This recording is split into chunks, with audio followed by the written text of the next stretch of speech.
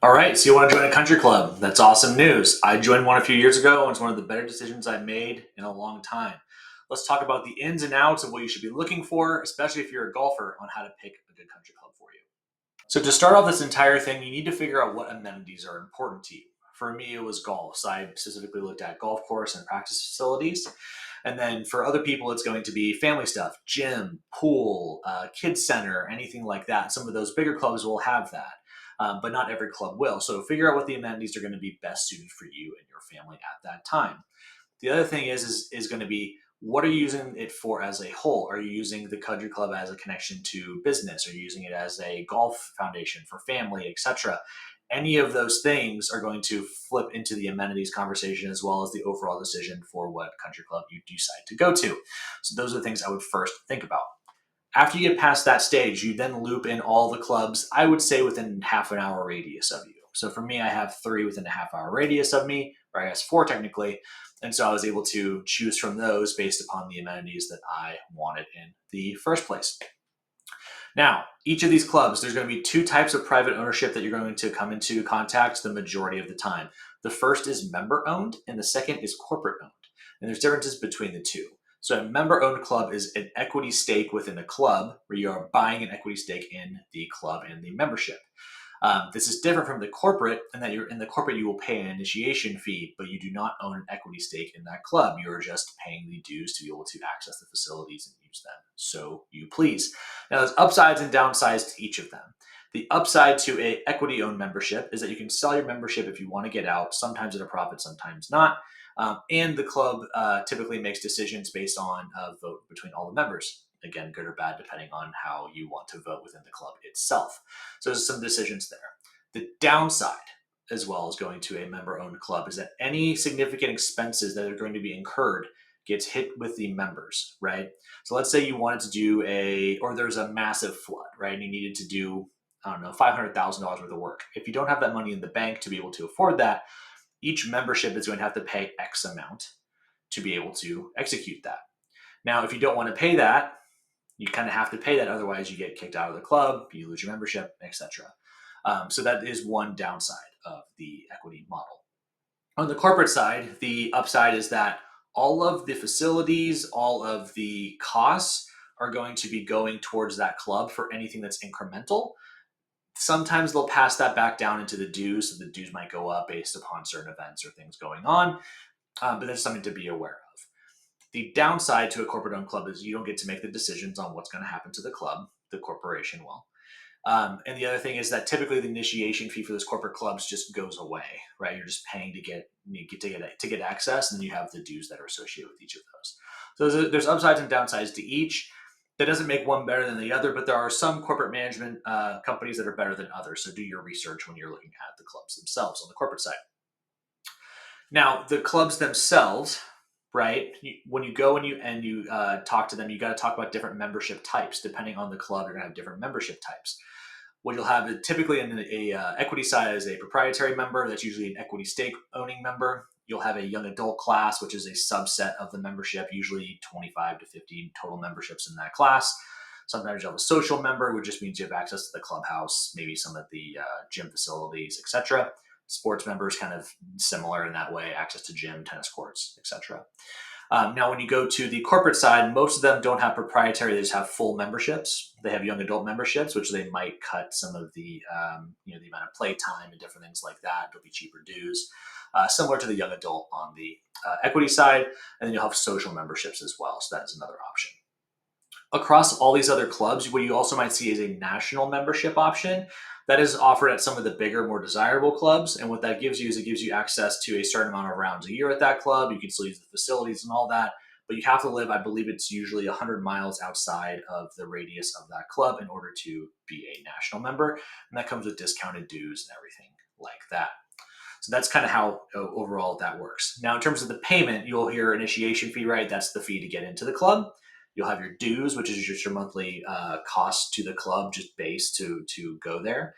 You'll have your food and beverage minimums. This depends on the club as to what they cost. Mine are 150 a quarter, but there are some clubs that have 600 bucks, 1,000 bucks, 2,000 bucks a quarter, depending on how nice it is and what the facilities are. for food and beverage minimum. Now, if you don't spend that amount at the restaurant, bar, etc., during that quarter, they just charge you that minimum. So usually there's a rush towards the end of the quarter if you haven't been there a while where you're trying to spend that money and make sure you hit your quarterly minimum. So that is the quarterly food and beverage minimum. In terms of other fees, most places charge for carts unless your course is primarily cart only. They will charge you carts on top. And then anything you get from the shop, merch, golf stuff, anything like that would also go on your member number typically. Something to be aware of in terms of cost is most clubs don't let guests pay for their own tee time. They actually go onto the members' number. And that's just an easy way to keep things lined up versus having to take credit card at a bunch of different events and things like that. So that is how the general fee structure works at a club one way or the other. Now, in terms of evaluation, let's talk about golf. So if you want to go there and you want to play golf, here's what I would look for. I look for a golf course that I would not get bored at playing 2 to 3 times a week. So what does that look like? It looks like interesting tee shots, good greens, multiple pinnable positions, conditioning. What does the conditioning look like, and all of that. So that's a massive priority for me. That's why I chose my country club, as well as the practice facilities. What do the practice facilities look like? Is it a full length range? Can you hit driver there? Is it off grass the majority of the time? Is it off of mats? Do they have multiple putting greens, chipping areas? All these things are important to golf in particular. A couple of questions to ask on the golf side as well. Agronomy is really important, especially with the costs of agronomy nowadays. So you need to know and understand the types of grasses that are on that golf course. My golf course is primarily Bermuda in the fairway, which is great during the summer, spring, and fall. Plays really well, grows nice in the summer. But in the winter, it goes dormant, so it goes brown. Now, I don't mind that in the winter, but if you're not used to that and you don't overseed, it's going to look weird to you. And so if you're primarily playing in the winter, you're going to want something that overseeds probably more than likely than not, especially like Arizona, Florida, things like that. But locally, we do not overseed our Bermuda at my club.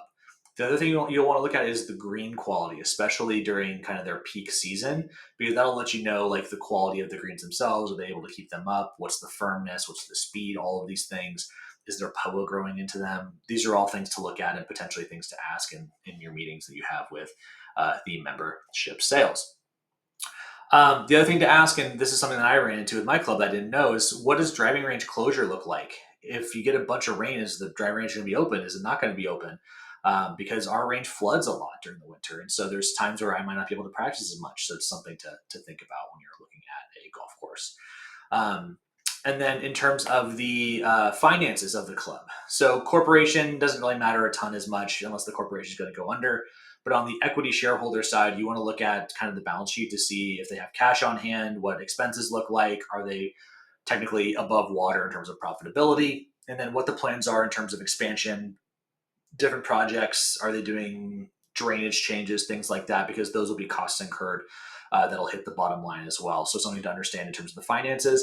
Most equity clubs will do a kind of like a written magazine every 2 to 3 months that gives updates, including the balance sheet of the club. So that could be something to ask for when you're going and looking at your memberships.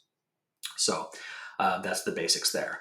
Now, in terms of other things, you want to look at the club events, right? What does the club championship look like? What times a year is the member guest? Because even locally, the member guests vary in multiple months here. So our member guest is in July. Some of the local clubs aren't until September or October for the member guest, based on the quality of the grass type and the grass type depending on the time of year. So that's something to ask in terms of timing, because like if you can't participate in any of the events because your busy season is during it, maybe look at a different place if you really care about that whole thing. Also, something to look around at the club. The things that I looked at is how welcoming are they to families and spouses. My wife now feels comfortable there, but my wife was not a country club person growing up, and so she's not used to being there. Now she feels way more comfortable at the club, even without me, compared to 2 or 3 years ago when I first joined. So look at how wives and kids interact within the club. That's important. If you have kids, ask about the junior golf program, right? What does it look like? Is it summer? Do they have weekly stuff that's outside of summer?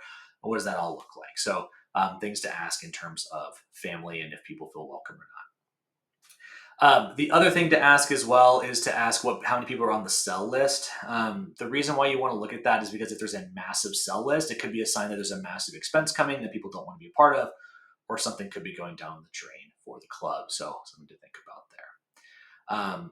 Hopefully this was a insightful piece of information for you when looking for a club. If you have any questions, I'll be in the comments responding to things.